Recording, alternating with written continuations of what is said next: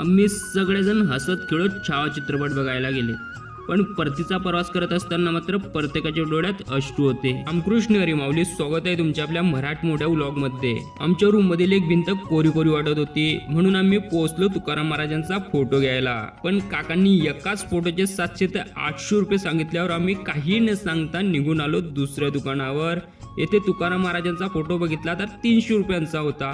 आम्ही पैसे देणारच होतो की तितके एका दादांनी अगोदरच पैसे दिलेले होते. फोटो घेऊन आम्ही रूम मध्ये आलो. आता लावायचा कुठे याचा विचार करता करता सकाळ झाली आणि मी रूम साफ करायला घेतली.